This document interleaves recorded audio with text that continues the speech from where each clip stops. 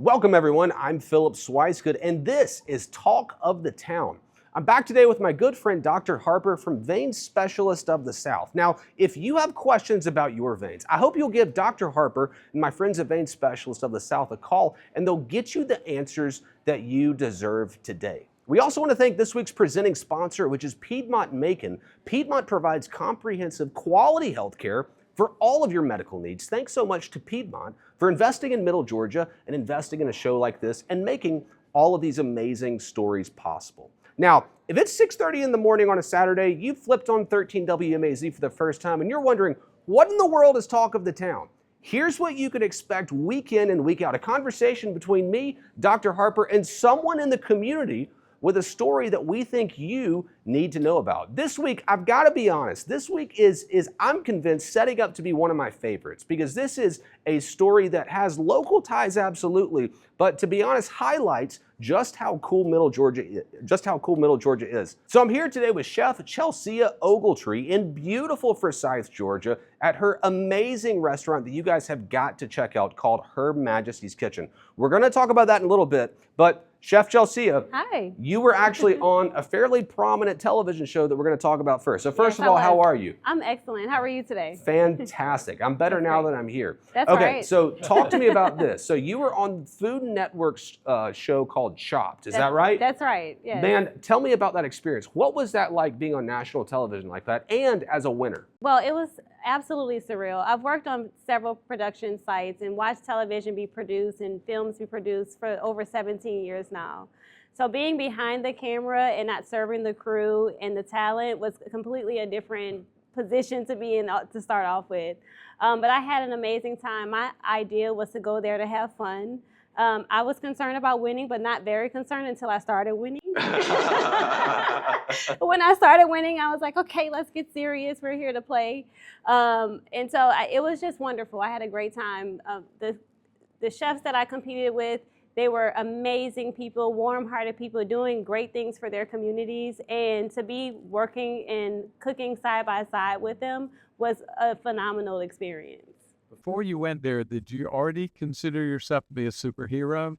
I didn't until people started saying, how do you do all of these things? Like, you are a superhero.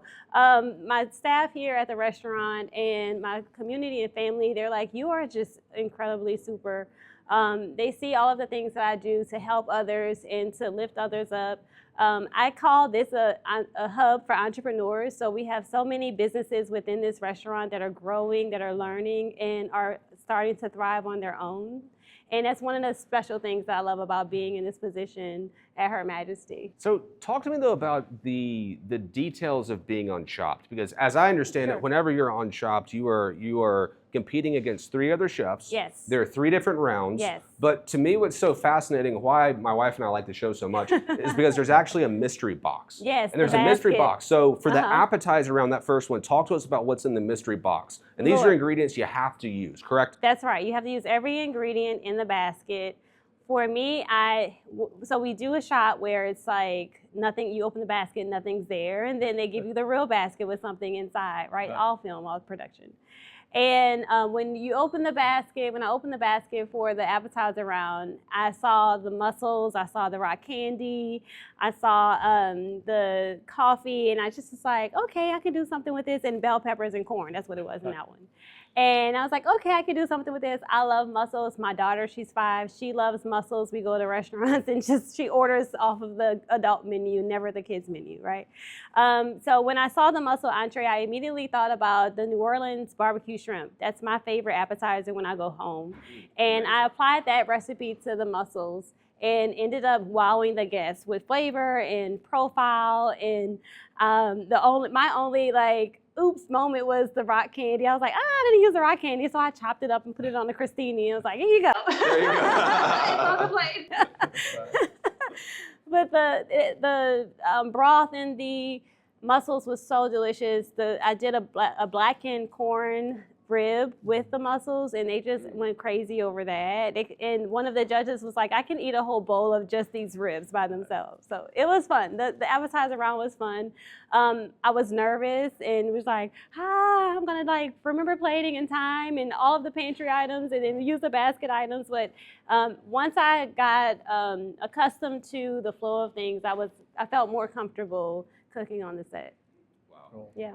So is there something that kind of fun that happened that people may not know about you want to share? Yes. In the entree round, I was given flank steak and just all kinds of crazy stuff. But anyway, I decided to make a dish called yakameen, which is a Vietnamese Creole dish that is popular in New Orleans. It's called the hangover cure because obviously New Orleans is a party town, right? And a lot of times you need a hangover cure. And yakameen is that. But yakameen was also one of my favorite dishes as a child. My stepdad would make it, my mom would make it, and it's just like one of the dishes that are just, it's like umami in your mouth. And I decided to make the yakameen dish, and I went to the refrigerator to get a seafood stock. So I got the seafood stock. I ended up spilling the whole stock all over my pants. So from that point on to the dessert round, I was smelling like seafood stock.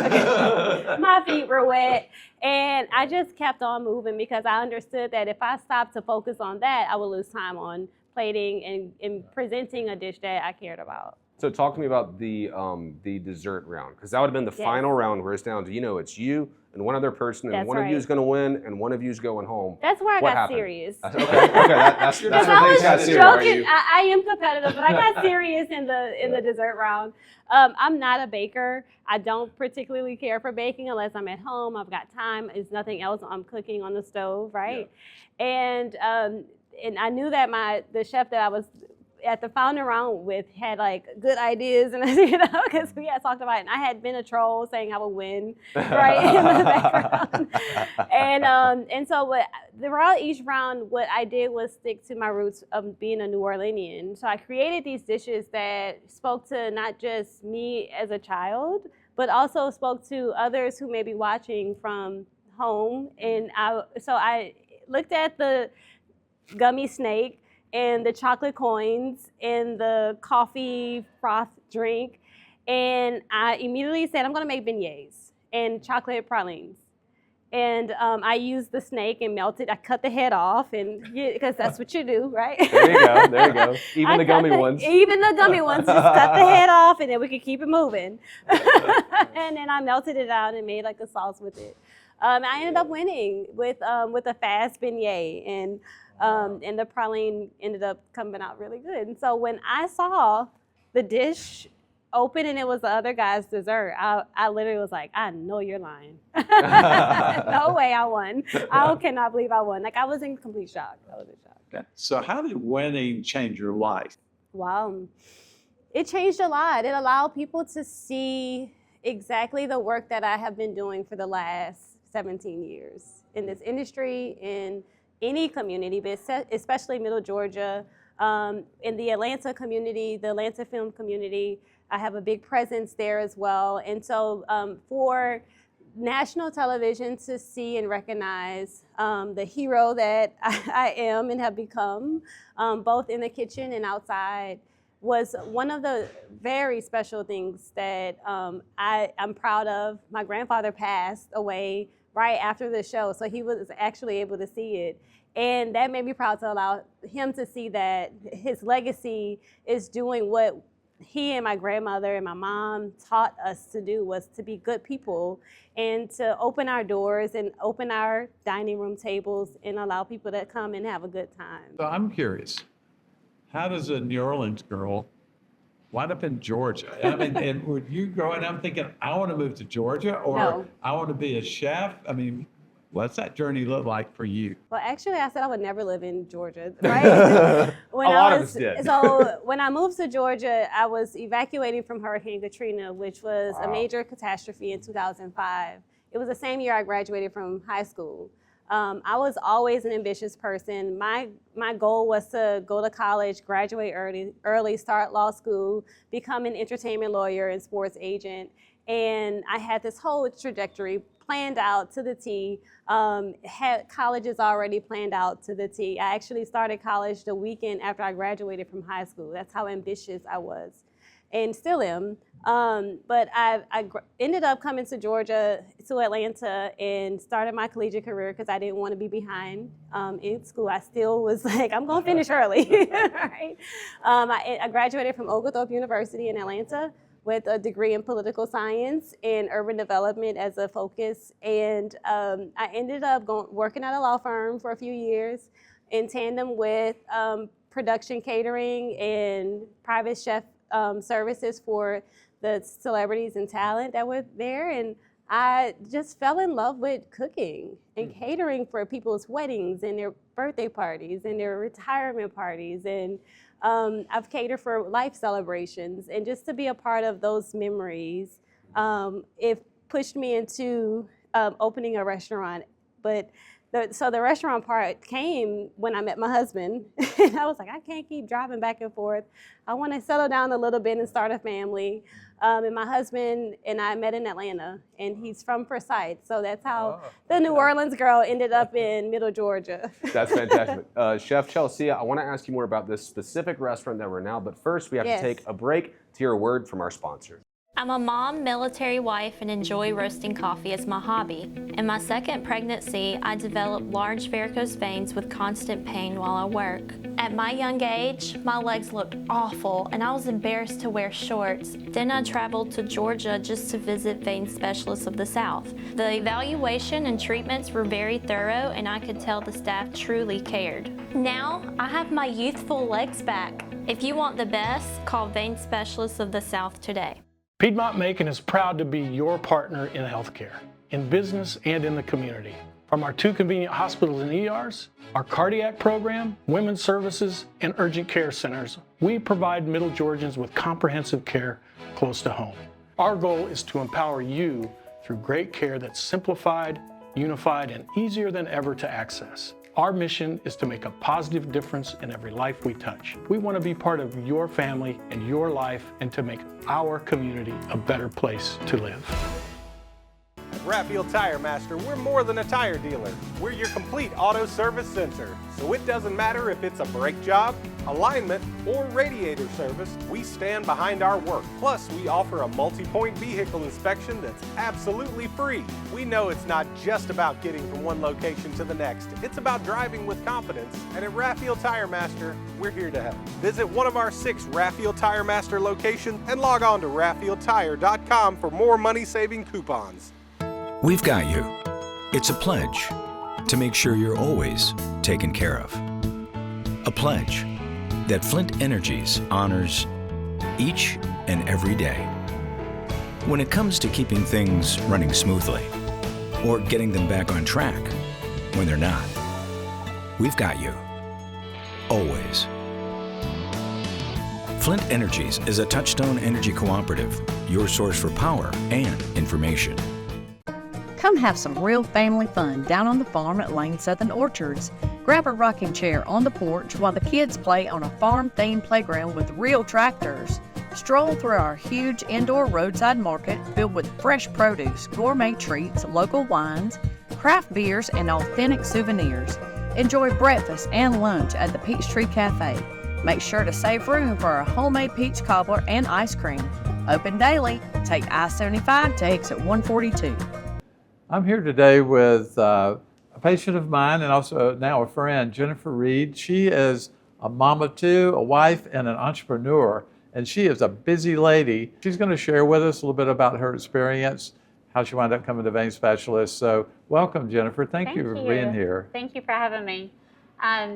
So a couple of years ago, I went to my primary care physician. I had some varicose veins and bulging veins in my left leg.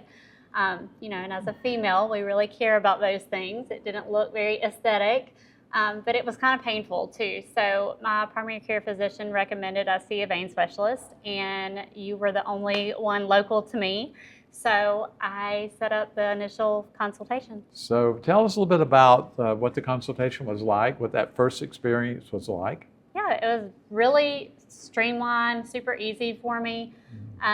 I called, and I believe I was seen within the first few weeks. It was covered by my insurance, so I didn't have to go through any hassle there. I got in, we did the initial scans, and you were right there. I got to meet you and several of your nurses. It was very quick. I was in and out, and I had a game plan that day of what we needed to do. Now share a little bit about what your legs felt like before you had any treatment. So like I said, they were a little painful. I did have the bulging veins down in my lower left leg. They hurt to touch. You know, I'm a very active mom, so I stay on my feet all the time, on the go. So not only was it not pretty to look at necessarily, but it was painful. And when I'm on my feet all the time, I didn't want that to become a hindrance for me to do anything. So it was impacting your quality of life. Yeah, absolutely, Right. absolutely. So what surprised you most about the treatments? I was really surprised how simple it was. I thought, you know, anything dealing with veins and blood flow, it was going to be like this huge surgery. I was going to be out of commission for a while, and I worried about being a burden to my family. But it was really quick, and the recovery was fast. I was, you know, back home the same day. I was able to take care of myself. I didn't have to rely on my husband or, you know, my mom to come stay with me to help with the kids. I was back to myself and doing all the household chores in a few weeks. So, super. Now tell us how life changed afterwards. So we are still just as busy, if not more. My girls are now a little bit older and keep us even busier, if that's imaginable.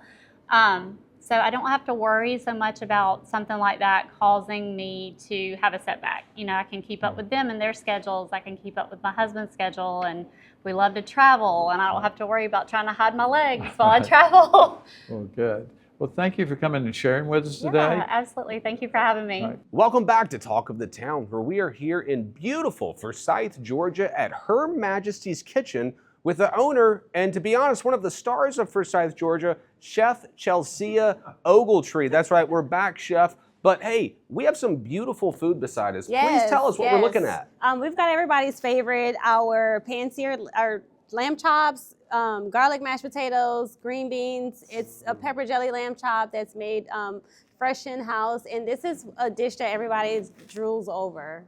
I'm drooling over it right now. It's so good. If the smell could go through the camera, I literally take these bones and like get down to the bottom of it. And so talk to us about the process of making that jam. Because as I understand it, that's the magic, right? That's right. I'm one of Georgia Grown's executive chefs, so I use fresh products straight from Georgia's soil. So one of the pepper jellies that I make is in-house grown from Georgia soil. So doing these things, it alludes to the big picture of community, especially food, right? A lot of people are disconnected from their food source.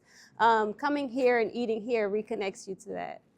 Fantastic. Now, So I have this is farm to Can I table, take this basically. back? Yes. Unfortunately, you have to take it back. We've got here you go. Now we have another dish here. Okay, talk to us about this. All these, because I would. Yeah, you go ahead. Well. That is our Cajun shrimp cocktail. So it's not a normal cocktail, shrimp cocktail. It's marinated with Creole spices. Wow. The shrimp cocktail sauce is made in-house. Yeah. So everything is prepared fresh in-house just for everyone to come in and have a good time with it. I got to put that down, or I'm going to take a bite. Maybe you could take a bite. Now, speaking of shrimp, we also have this dish over here. That's the Imperial right there. The Imperial. Yeah. Talk to me about it. What is So it? this right here, we serve. This is on our January menu. I change the menu every month because I have a squirrel brain and I like to stay creative. I love it. I love it. This is our lobster and shrimp scampi. It's just a very simple dish, but built with and packed with so much flavor. Okay. Again, fresh caught shrimp. We've got garlic that we blend in-house. Everything we do here is in-house. All of the sauces are made in-house. So it's fresh, it's fun, it's delicious. I don't know. I think y'all are eating dinner here tonight. Yes, we are. Absolutely, man. And then lastly, you have the boudin balls. That's an ode to New Orleans. Can you say that one more time? The Boudin. boudin balls. Yes, boudin balls. Okay. This was Shonda Rhimes' favorite appetizer when she came to visit me, and she literally stopped the whole conversation and just ate the whole thing up. And ate the whole thing. We had so much fun visiting with her. Yeah, so boudin balls. And then Mom is going to bring over our delicious cocktails. We have great cocktails. Oh, my goodness. So this is the hand grenade martini. You know, when you go down to Bourbon Street, they give you this huge hand grenade. We made it cute, right? Fantastic. So you can actually walk out of here once you finish that drink. Okay, okay. That's beautiful. And it's our New Year's cocktail, just a cheers and ode to the new year. Dr. Harper, cheers, cheers to a great 2026 and Talk of the Town. Thanks, now, Mom. you said mom, but that must be your sister. No, it's right? Mom. This is I'm telling you, that's mama. Okay, okay. I got you. Yes. Thank you. Thank you. This is fantastic. I'm taking a sip of mine. Take a sip. Here you go. I'll eat the grapes. Okay. They're soaked in wine. Oh, that's so good. This is why we don't film at 8:30 in the morning. So talk to us about this. If there's a young aspiring person watching the show, and if they feel really convicted about opening up a restaurant like this, right, what kind of advice would you give them? Take the risk on yourself. Literally go out on a limb, do the research, invest in yourself, ask questions, get a mentor, be able to be teachable so that you can learn. And when you get into the presence of those to give you wisdom, to actually sit down with it and take the advice, invest in the education that's needed, and be serious about having a plan and a strategy and executing it from the beginning to the end. I love that. In addition to that, you know, to me, what's so fascinating to me about you and what you've been able to create here is, I was looking up these stats earlier, 98% of restaurants actually fail. Right. And they fail fairly quickly. Yes. You've already beaten that. What do you think your secret to success is in being able to build something meaningful like this in Forsyth, Georgia? It's very simple. I define hospitality as caring. I care about the people who decide to drive and get in their cars and open the doors and come here. I care about the people who fill in applications to say that they want to work here. I care about the community that I work within. And I think that when you put your heart and soul into serving others, it ends up putting so much good karma in the world for you that you have no other choice but to be successful, right? People know true beings and caring and love, and you can taste it on a plate. You can see it when the door opens and somebody's greeting you with a warm welcome. And it's something that keeps our customers coming back because they're cared for here. It keeps our community thriving, me being in this community, because I care about the people here. There's not a mom that can call me and say, hey, I'm struggling this month, can you help me out? There's not a group of kids who are going on a camping trip that say, hey, can you do some bag lunches for us? Absolutely. There's not excess of food that I have that's in my freezer that I won't donate to establishments like Fish and Loaves and Reconciliation House to help feed those who are less fortunate or maybe just need a helping hand. It's being able to look outside of yourself in the four walls that we're working in to impact the community that we are blessed to be a part of. Yeah. It's nice to be among kindred spirit, isn't it? It is. You know, one of the reasons we do the show is to tell people about how you can make a difference and examples of people who are making a difference in their own life and the lives of the community. I know you're involved in a lot of things in the community. Do you want to share any of those other things that you Sure. I'm on the board of the Forsyth Main Street, and this is an organization that gets businesses and local communities together to celebrate, to promote different initiatives. Like we did a shop with a hero, a city hero for Christmas, and so we all gathered up different variations of donations from businesses and was able to impact the lives of children who wouldn't have had the Christmas that others are blessed to have. So those types of things, we bring the community together with live concerts on the square here in Forsyth. There's so many, the list goes on and on. We have a farmer's market that we promote, so we get local farmers to gather and be able to sell the products that they've grown to the community. So that's a part of just gathering and making a full circle when it comes down to food, to fun, to community, and being able to share, sometimes even faith. Now, you're originally from New Orleans, but you're now here in Forsyth. I live in Bolingbrook, so I'm just literally just south of you here. I, like you, never thought that I would be here at this point in my life, but here I am and I love it. I am curious, what's your favorite part of living in Forsyth? My favorite part of being in Forsyth is how sweet this town is, that everyone knows everyone. And literally, you don't have to look over your shoulder like in some cities you do. You literally are so connected with when there's a need or when there's a celebration. That we've had Christmas parties here, we've had New Year's Eve parties here that were open to the public to come and celebrate, and we end up meeting friends that are lifelong at these events. And it's just the heart of the Forsythians that make it beautiful and wonderful to live in. Mm-hmm. So this is a little out of order, but tell us about when you came. Your first restaurant was in downtown, right? Yes. On the square. Tell us a bit about that. And tell us about how you wound up moving here and what it was like to get this ready to open. Yes. I was on a square downtown in Forsyth, and I had 9 tables. I can talk to my guests from the kitchen, right? It's just like, you need anything? No? Okay, that's fine. It was a very intimate space. It was only 4 of us that worked in it. I didn't need a rotation of servers and chefs like how I do now. Yeah. Now I think we have almost 25 tables here. Goodness. We've had parties of 150 in this space. And the difference between that there and here was we were able to build such a beautiful customer base of people who understood my passion for food and my passion for just gathering and allowing just simple things to be discussed over a delicious plate of food. Moving into this space was, it became open for purchase. And all of my customers sent me screenshots. This should be the new Her Majesty. This is the place. You need this place. You're outgrown the square. And so I reached out to the owners and it said, hey, I'm wanting to come and just look at it. Right? I'm a person who steps out on faith. I take big risks because I believe that big risks have big rewards. And I took a risk on getting into this space. We ended up having to build out the kitchen, working very closely with the Department of Health, who were phenomenal with helping us just get the layout right, letting us know all of the things that we needed to do to be prepared to open and serve the public safely. And then outsourcing and getting the design and furniture and building out the bar and making this space our own, with also respecting the heritage of the building because it's an old industrial mill. So we wanted to keep some of the industrial feel, but also bring a little luxury into this space. And when people walk in, they're like, this feels like New Orleans. And I'm like, yes! It does. It does. Absolutely. That makes me so happy. Yeah. Yes. That's fantastic. Chelsea, we have so enjoyed this conversation. This has been great. I think one of the keys to your success is that you've been so intentional.